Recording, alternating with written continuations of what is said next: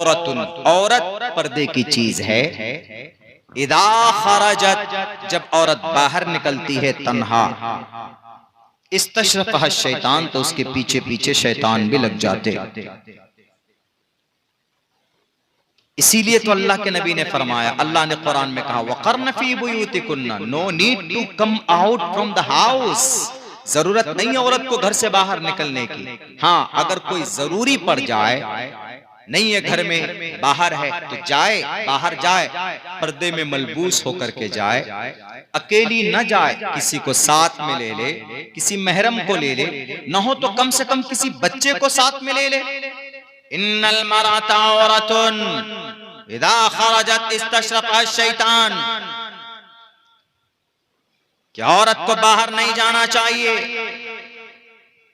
पूरे भारत के अंदर में ये मुआशरा, ये तहजीब बन गई है। आपकी बस्ती में भी शायद है, भी हमारे बहुत ही मोहतरम जनाब शौकत साहब भी कह रहे थे कि भाई हमारी इस बस्ती के भी कुछ औरतें ऐसी है जो मार्केट के अंदर जाती हैं बुर्के के अंदर, जो और दूसरे समाज की औरतें नहीं जाती। व्हाट इज नीड, क्या जरूरत है। अगर आप जाएं तो आप पर्दे में जाएं। पहली बात तो आप कोशिश कीजिए कि बाहर मत जाइए, लेकिन अगर आप जाएं तो पर्दे में मलबूस होकर जाएं। और अगर कोई साथ में नहीं है तो किसी बच्चे को साथ में ले लें। अल्लाह के नबी खातिमुन नबिय्यीन थे, रब के महबूबे नजर थे, सैयदुल अंबिया सैयदुल अशरफ थे, जिनकी वजह से रब ने इस जमीन को पैदा किया, जिनकी वजह से अल्लाह ने चांद सूरज को पैदा किया, जिनकी वजह से अल्लाह ने 14 करोड़ 30 लाख मुरब्बा मील के इलाके में समंदर को पैदा किया। उस नबी का फरमान है बाहर अकेली मत जाओ। अगर वो औरत डॉक्टर अहाना अकेली नहीं होती, अपने किसी नर्स को साथ में रखती या अपने किसी सहेली को साथ में रखती और अपनी शक्ल को ढांप कर रखती। चलिए शक्ल उनकी तहजीब में ढांपने के लिए नहीं है, वो खुले रखें, लेकिन किसी न किसी को साथ में रखती तो शायद उस औरत की, उस डॉक्टर अहाना की जान बच सकती थी। हमारे नबी का फरमान फायदे से खाली नहीं है। मीडिया वालों, लाख तुम चीखो चिल्लाओ, बेज़मीर लोगों, बेजुबान की तरह, बेलगाम घोड़ों की तरह उछलने से कुछ नहीं होगा। हमारे नबी को बदनाम करने से कुछ नहीं होगा कि नबी पाक अलैहिस्सलाम ने देखो 6 साल की उम्र में विवाह कर लिया, 9 साल की उम्र में बीवी बना कर लिया है। नबी 50 साल का और उनकी बीवी 9 साल की, ये तो बड़ा जुल्म है, अत्याचार है, गलत सोच है आपकी। आपके अंदर जिहालत है, आप नाखानदा है, आप समझ नहीं पाए हमारे नबी पाक अलैहिस्सलातु वस्सलाम के फरमान को, उनके अफ़ाल और उनके अतवार को। अल्लाह तबारक व तआला ने कुरान में कहा है लक़द कान लकुम फ़ी रसूलिल्लाहि उस्वतुन हसना। अल्लाह ने कुरान में कहा है या अय्युहन्नासु इन्नी रसूलुल्लाहि इलैकुम जमीआ। अल्लाह ने कुरान में कहा है वमा अरसलनाका इल्ला रहमतल लिल आलमीन। ए मोहम्मद, आपको पूरी दुनिया के जग, पूरी दुनिया, पूरी ब्रह्मांड के लिए रहमत बनाकर भेजा जा रहा है, जालिम बनाकर नहीं भेजा जा रहा। तो उससे साफ पता चला कि अगर नबी की बातों पर अमल कर लेती वो लेडीज तो उसकी जान बच सकती थी, उनकी इज्जत भी महफूज हो सकती थी। लेकिन नहीं, कोशिशें चल रही है, लोग कोशिशें कर रहे नबी को बदनाम करो, मोहम्मद रसूलुल्लाह सल्लल्लाहु अलैहि वसल्लम को बदनाम करो, कुछ नहीं होगा। लाख कोशिशें कर ले मोहम्मद रसूलुल्लाह को बदनाम करने के लिए। सबसे ज्यादा कोशिश की गई है जनाब मोहम्मद रसूलुल्लाह सल्लल्लाहु अलैहि वसल्लम को बदनाम करने की। लेकिन खुशी इस बात की भी है कि सबसे ज्यादा चाहने वाले, सबसे ज्यादा मानने वाले, सबसे ज्यादा आशिक मुहिब अगर दुनिया के अंदर किसी शख्सियत की, किसी जात की है तो जनाब मोहम्मद रसूलुल्लाह सल्लल्लाहु अलैहि वसल्लम की जात।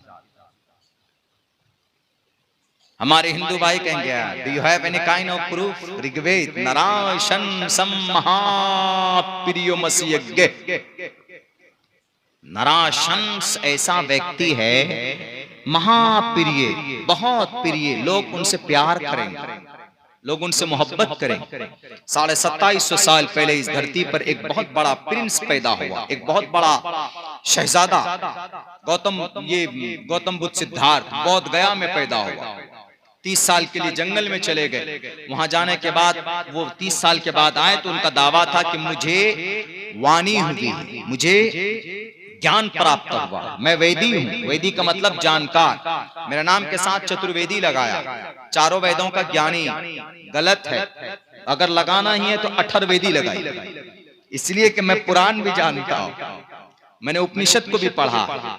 और अभी अम्मा आयशा के ताल्लुक से जो अभी वावेला उठाया गया क्या महाराष्ट्र की धरती पर एक गुरुजी के जरिए से, तो उनकी जहालत है। मैंने उसके ऊपर रिसर्च करने के लिए मैंने महाभारत कम से कम 3 मरतबा शुरू से लेकर अव्वल आखिर तक मैंने नजर डाला है। और कुछ कुछ जगहों के ऊपर मंत्र के ऊपर हमने रिसर्च किया तो महाभारत में 2 मंत्र मिले मुझे, उनको जवाब देने के लिए, उनको समझाने के लिए, बताने के लिए।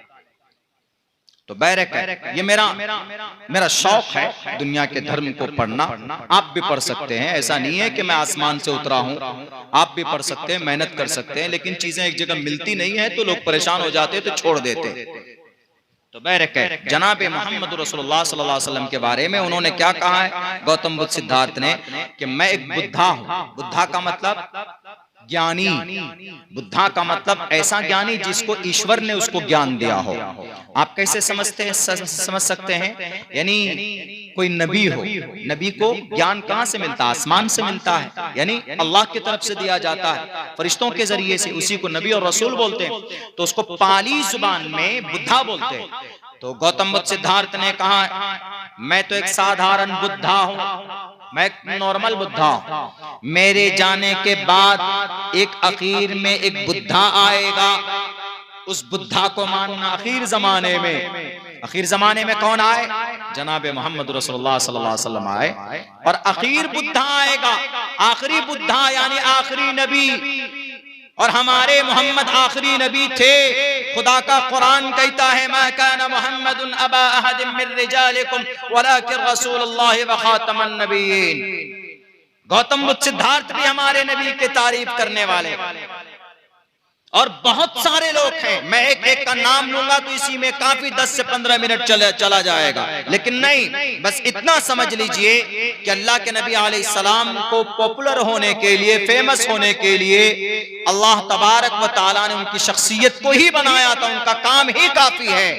आज आदमी को फेमस होना हो तो सेल्फी ले लीजिए, सेल्फी लीजिए, फेसबुक पेज बनाइए, डाल दीजिए भाई मैं फेमस हो जाऊंगा। इंस्टाग्राम में आईडी बनाते हैं और यूट्यूब में चैनल बनाते हैं और पता नहीं क्या क्या करते, कितने कितने जत्न करते हैं, तब जाकर आदमी कुछ, किसी को फॉलोवर कुछ बढ़ता है तो आदमी सोचता है कि भाई मैं तो बहुत बड़ा हूं, इसलिए कि सोशल मीडिया में मेरे 5 मिलियन फॉलोवर हैं। हमारे नबी की कोई आईडी नहीं है, कोई पेज नहीं है, फिर भी पूरी दुनिया के अंदर उनके फॉलोवर है।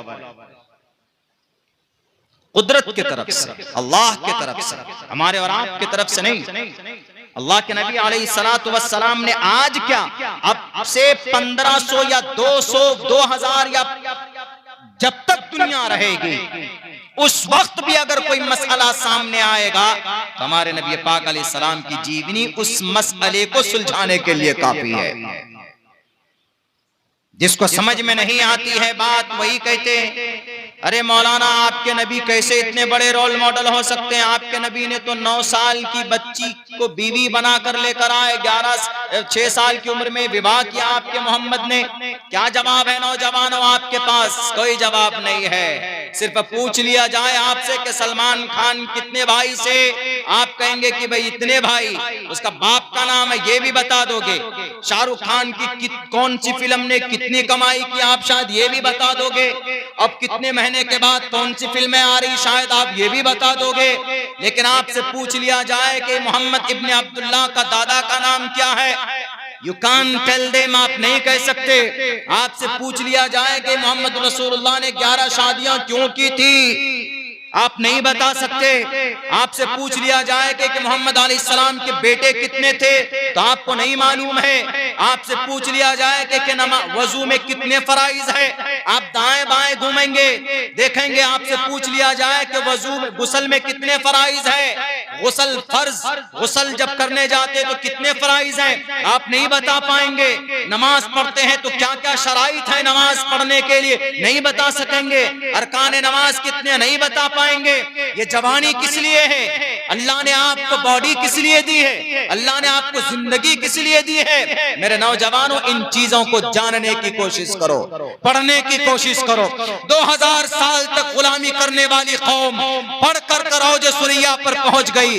आज यहूदियों को हम गाली बकते, 2000 साल तक गुलामी की थी, 1940 में उनको जगह नहीं थी, घर नहीं था। सिर्फ 76 साल की जिंदगी के अंदर उस कौम ने अपनी तकदीर बदल डाली है। आपको पता है किस लिए? फिल्में देखकर नहीं, शराब की बोतलें उठाकर नहीं, बल्कि उनकी माओ ने अपने कोख में पैदा होने वाले बच्चे के ऊपर मेहनत की है। हमारी माओ बहनों की तरह नहीं कि बुर्का पहन लिए चले गए मार्केट में घूम रहे हैं और रमजान के अंदर वहां पर चाय बिस्किट और जनाब चाय और समोसे दबा रहे हैं। इसलिए नहीं, एक यहूदी औरत से पूछो कि तुम्हारा बच्चा ज़हीनदार कैसे होता, वो औरत कहेगी कि 6 महीने के बाद जब बच्चा पेट में हमारा जाता है तो 6 महीना बीतने के बाद हम उन बच्चों को प्रैक्टिकली बोल बोल कर उनके जहन को तेज करते। ये मेडिकल साइंस भी कहती, ये तो बाद में कहती, लेकिन खुदा की शरीयत, अल्लाह का कुरान, नबी की सुन्नत बताती है कि माँ के पेट में अगर कोई बच्चा है, अगर माँ पाक पवित्र होकर कुरान करीम की तिलावत करे तो उसका असर बच्चे के जहन में जाता। मेरे भाइयों, और ऐसी मिसालें मौजूद है कि जो माए नेक थी, दीनदार थे, उनके बच्चे जब कोख से निकले, हाथ में आए, 2 साल 1.5 साल यानी 2-2.5 साल की बच्चे की उम्र हुई, जब वो बोलने पर कादिर हुआ तो 15-15 पारे उन बच्चों ने बैठकर सुनाए। ये उस चीज की बरकत का नतीजा था जो उन माओं के अंदर थी। आज की माएं तो जनाब टीवी सीरियल के अंदर खाना बना रही है, कान में लीड, और वो डिस्को गाना सुनने पर बिजी है और मसरूफ है। बिल्कुल बिल्कुल आप इससे दीनी माहौल पैदा नहीं कर सकते, इससे समाज की बुराइयों का खात्मा नहीं किया जा सकता। समाज की बुराइयों का खात्मा करना है, नौजवानों को आगे आना होगा, बूढ़ों को आगे आना होगा, हमारे जितने भी एजेड हैं, गार्जियन हैं, उनको आगे आना होगा, उलमाए किराम को आगे आना होगा, दानिश्वरों को आगे आना होगा। आप कौम की रीढ़ की हड्डी, सिर्फ कुरान और हदीस से समाज की इस्लाह नहीं हो सकती। आपको पता होना चाहिए कि इस जमाने, इस भारत के अंदर में एक बड़ा बादशाह गुजरा था जिसका नाम जलालुद्दीन अकबर था। बड़ा दीनदार था, बड़ा नेक था, लेकिन 1-2 साल के बाद ये दीन से, मस्जिद से इतना मुतनफ्फिर कैसे हो गया? उसका जिम्मेदार भी कौन है? उसका जिम्मेदार हमारे उस वक्त के उलमाए किराम थे, दानिश्वर तबका था। इनकी भी जिम्मेदारी क्या है मैं बताऊंगा। वो अकबर जो 7 इमाम रखता था नमाज पढ़ाने के लिए, लेकिन एक जमाना ऐसा आया कि उसने कहा कि नमाज पर पाबंदी लगाओ, मस्जिद में ताले लगाओ। ये कैसे इबादत करेंगे? सूर्य नमस्कार करो, 4 वक्त सूर्य नमस्कार फर्ज करार दे दिया। जहां वो उलमाए किराम को देखकर जूतियां सीधी करता था। शेख अब्दुल नबी आपके यही फतेहपुर करीब है, जाइए, वहां अनूप तालाब जगह है, वहां पर आज भी वहां पर शायद किला है, वहां पर एक शायद तालाब है, मैंने हिस्ट्री में पढ़ा है, झूठ शायद नहीं होगा, कुछ न कुछ निशानियां होंगी। जाइए, वहां अनूप तालाब के चारों तरफ जो बिल्डिंग है वहां पर अकबर बैठता था और उलमा आते थे, मसाइल के ऊपर बात होती थी, एक आलिम दीन को तोहफे ताइफ दिए जाते थे। लेकिन कुछ दिनों के बाद उसी दानिश्वर तबके के अंदर में क्या पैदा हो गया? लालच। वो भूल गए अपने मकाम। जो सच्चा आलिम होगा वो कभी भी अपने मकाम से नहीं भटक सकता, वो किसी से डरेगा नहीं। दुनिया में कितना बड़ा जालिम बादशाह आ जाए, वो किसी से नहीं डरने वाला। वो हक बात बोलेगा और हक की रहनुमाई और रहबरी करेगा, चाहे दुनियावी एतबार से हो चाहे दीनी एतबार से। तो देखा कि भाई ये तो अकबर बहुत ज्यादा लुटा रहा है, चलो पैसा लूटने का यही जमाना और यही वक्त है, किसी तरह अकबर के करीब हो जाओ। जैसे आज होता है ना, कोई सेलिब्रिटी है या कोई बड़ा आदमी है या कोई बड़ा समाज का उद्योगपति है या समाज का बड़ा लीडर है, तो लोग कोशिश करते हैं कि करीब जाऊं, सेल्फी खिंचाऊं। उस जमाने में ये बीमारी आ गई थी, तो अकबर के करीब बैठने के लिए उलमाए किराम आपस में लड़ पड़े, गडमड हो गए। और वहीं से अकबर के दिल में नफरत पैदा हो गई। वो लोग अपनी जाती मफाद के लिए मसाइल बदल देते थे। तो अकबर ने कहा कि भाई ये बहुत खराब तबका है। एक की वजह एक नहीं बल्कि 8-10 ऐसे आलिम दीन थे जो लड़ पड़े थे, सबको नहीं बदनाम कर सकते। 8-10 ऐसे जो शेखुल हदीस थे उस वक्त में, लेकिन उनकी गलती की वजह से उन्होंने कहा कि भाई जब ये लड़ रहे हैं तो कोई वजन नहीं है।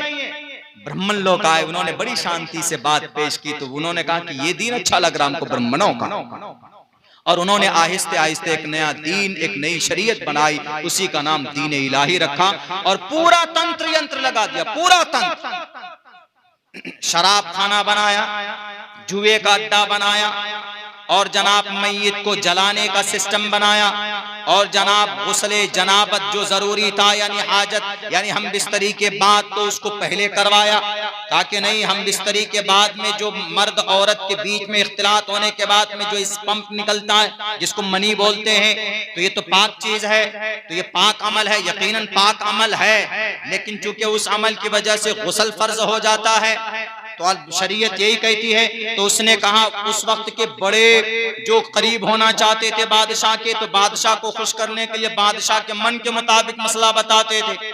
जैसे आज भी हम में से कुछ लोग हैं, अपने अपने खुदाओं को खुश करने के लिए शरीयत को बदल देते हैं, अपने अपने खुदाओं को खुश करने के लिए कौम समाज का सौदा कर बैठते हैं।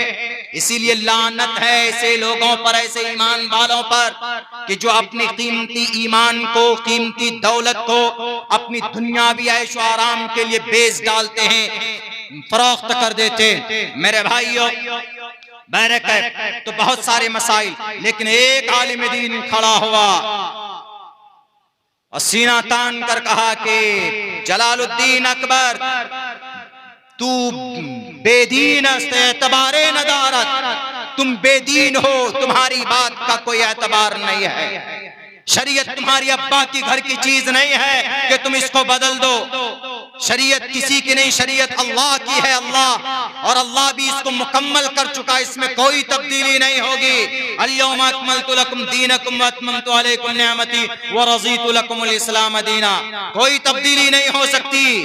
और क़यामत तक के लिए किसको कहां बुलाना चाहोगे? लोगों ने कहा आकर के कि मुजद्दिद अल्फसानी साहब, उनका नाम पता होना चाहिए हमारे दानिश्वरों को, हमारे मुसलमानों को, खुसूसन हमारे उलमा तबका को। मुजद्दिद शेख सैयद अहमद सरहंदी रहमतुल्लाहि अलैह, जिनको मुजद्दिद अल्फसानी कहा जाता, उन्होंने तीनों शरीयत के लिए, आज तो जनाब शरीयत के ऊपर यलगार हो रहा,